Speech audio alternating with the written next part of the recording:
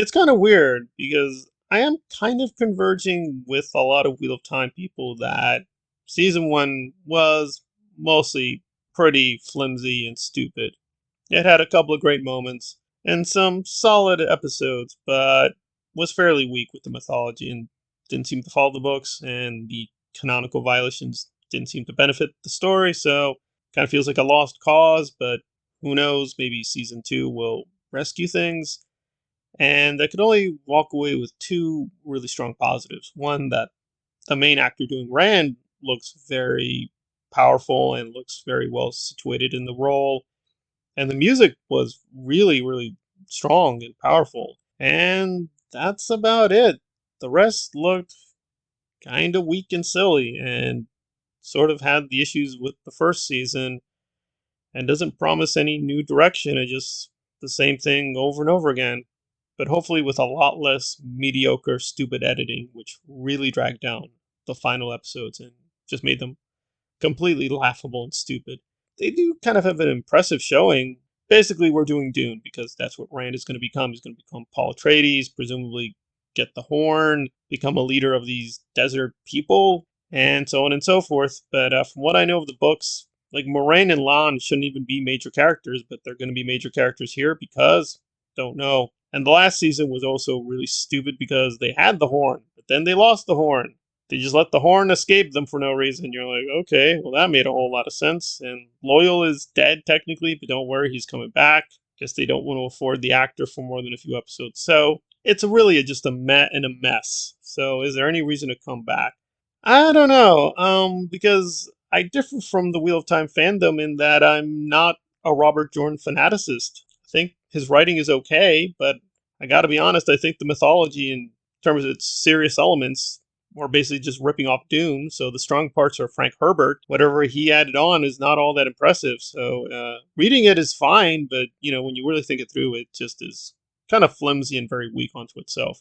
And I'm not going to compare this directly to Rings of Power, but wow, like the contrast is incredible because that looked like whatever you think about the politics or the narrative, it just looked incredible. And this just kind of feels like very expensive cosplay. Like you clearly see they put an effort in and they're doing things you should be doing with this kind of production, but it still feels like the first season. They've got to constrain the camera, can't move around too much. The sets look really, really weak, and half the actors look bored or don't want to even be there. And it just feels like, okay, it's just a very pretty Halloween party, and there's a couple of good performances from the central actors, but beyond that, it's like, all right, I should care because, Rand, he's going to get the horn and become more powerful chosen guy and have another confrontation with the Dark One.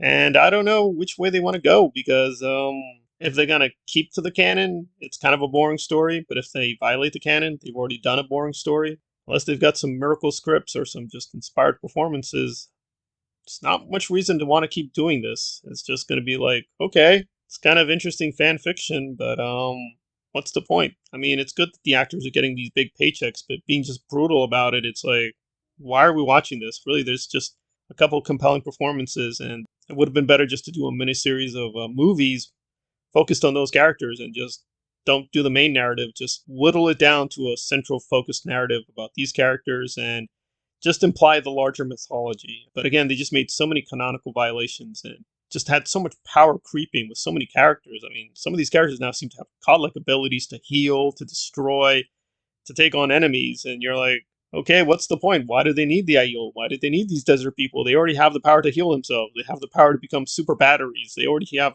direct access to force powers without Rand. I mean, Rand really just didn't do all that much. In the books, he sort of saved her. One here is just, he had a bad dream, confronted a weird Italian waiter, and was like, okay, Italian waiter, I'm not seduced by the dark side. I'm going to have a desert adventure and meet a beautiful young, I guess, ginger blonde woman and have another ginger blonde woman, but one who is black, lust for his body. Who knows? Who cares?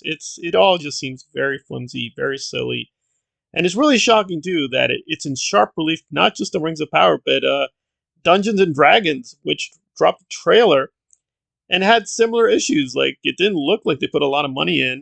It looks like the narrative is kind of flimsy and silly and superficial. but the reaction is just polar opposite. Like fans are really excited. It got way more views, and people are like really pumped and saying, I don't mind if they don't do the whole mythology. Like what they're doing seems fun. People actually seem invested in the performances. The CGI is kind of weak and silly. Looks really great, and I'm really excited. And it's just polar opposite reaction to this. It just feels like okay, it's really good music.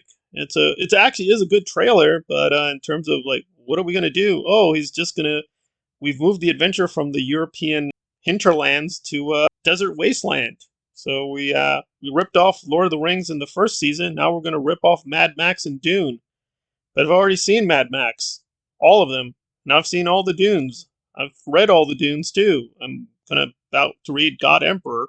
So unless they're gonna pull some really deep philosophical thing at the end with this season, I'm like, we've seen this narrative, we've read this narrative. What is the point of all this? I don't know. It looks fun. It looks silly, but we've also got other fun, silly stuff like Dungeons and Dragons, and that looks way better than this. We're gonna watch this because I don't know. We just want to keep spinning the wheel, but not in a good way, I guess.